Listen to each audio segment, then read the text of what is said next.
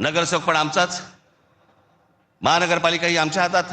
हे सगळं करून मुंबई गुजरातला कशी जोडता येईल याच्यासाठीचे हे सगळे लॉंग टर्म प्लॅन सगळे सुरू आहेत. आणि आम्ही भेसावत, आमच्यामध्ये जाती जातीपातीमध्ये भांडणं लावली जात आहेत. हा मराठा, हा ओबीसी, हा अजून कोणी. एकदा मुंबई हातातनं गेली ना बाबानो, महाराष्ट्र झारखंडपेक्षा काही वेगळा करणार नाहीत. हे मुंबई ही तुमची राजधानी आहे, मुंबई ही तुमची ताकद आहे. पण जो मस्तवालपणा जो अंगामध्ये शिरलेला आहे यांच्या, की आम्ही काहीही करू, कुठूनही मतं आणू, जे यांनी विधानसभेला केलं तेच करण्याचाही आत्ता पण प्रयत्न करणार. आमच्यावरती भ्रष्टाचाराचे आरोप करतायत. काय बोलताय काय तुम्ही? देवेंद्र फडणवीस ज्यावेळेला मुख्यमंत्री होते त्यावेळेला ह्यांनी छगन भुजबळांना जेलमध्ये टाकलं होतं, हो की नाही?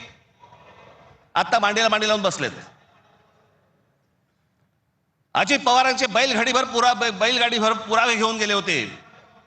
काय किती 70 का 80 हजार कोटीचा काहीतरी घोटाळा, त्याच्याबद्दल पुरावे बैलगाडीतनं घेऊन गेले होते. आता काय सांगतायत? कोर्टात केस आहे, पुरावे असतील तर त्यांना अटक होईल. अरे मग तुम्ही पुरावे दिले होते ना, द्या आता कोर्टात. ही सगळी बाहेरून सगळी माणसं आणायची, इथे भरायची, तुमचा टक्का कमी करायचा, तुमचं अस्तित्व घालवायचं. इथे येऊन ह्याची माणसं बोलणार, इथे उत्तर भारतातलं माणसं येणार आणि म्हणणार इथे तुम्हाला.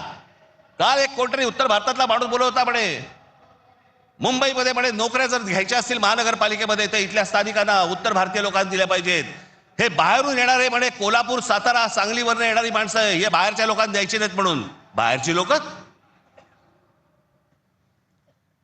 म्हणजे आमच्या सातारा, कोल्हापूर, सांगलीमध्ये येणारी आता हे बाहेरची लोक झाली आणि हे आतले.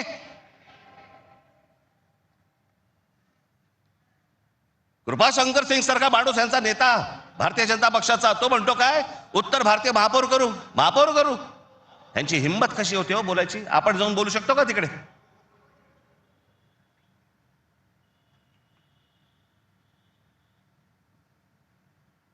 याचं कारण तुम्ही एकत्र येऊच नाही याच्यासाठीचा बंदोबस्त यांनी केलेला आहे. म्हणून काय करायचं? पैसे टाका, माणसं फोडा. यांचं मुंबईवरचं लक्ष उडालं पाहिजे, महाराष्ट्रावरचं लक्ष उडालं पाहिजे. हे मराठी म्हणून कधी एकत्र येताच कामा नयेत.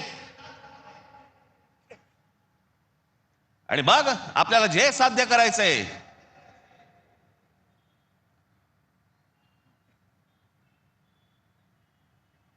जी लोक येत आहेत ती लोक तुमच्यावरती उड्या मारतायत,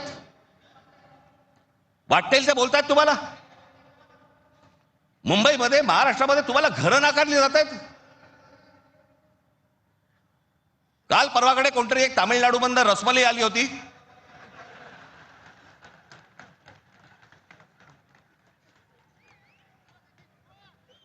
तो सांगतो मुंबईचा आणि म्हणजे महाराष्ट्राचा संबंध काय? भडव्या तुझाच काय संबंध आहे इथे याचा?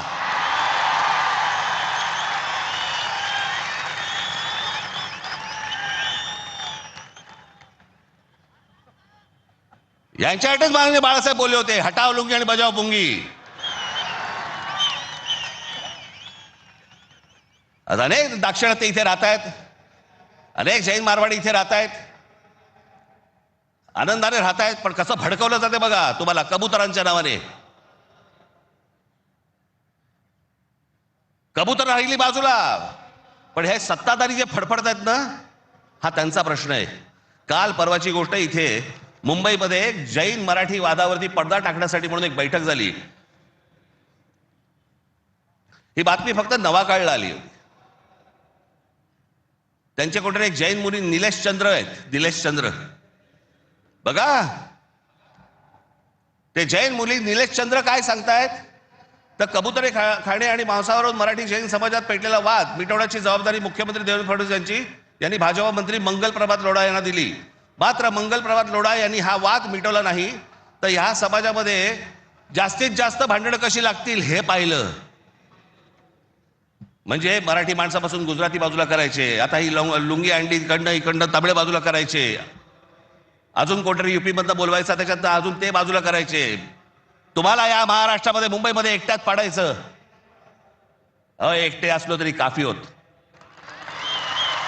आहे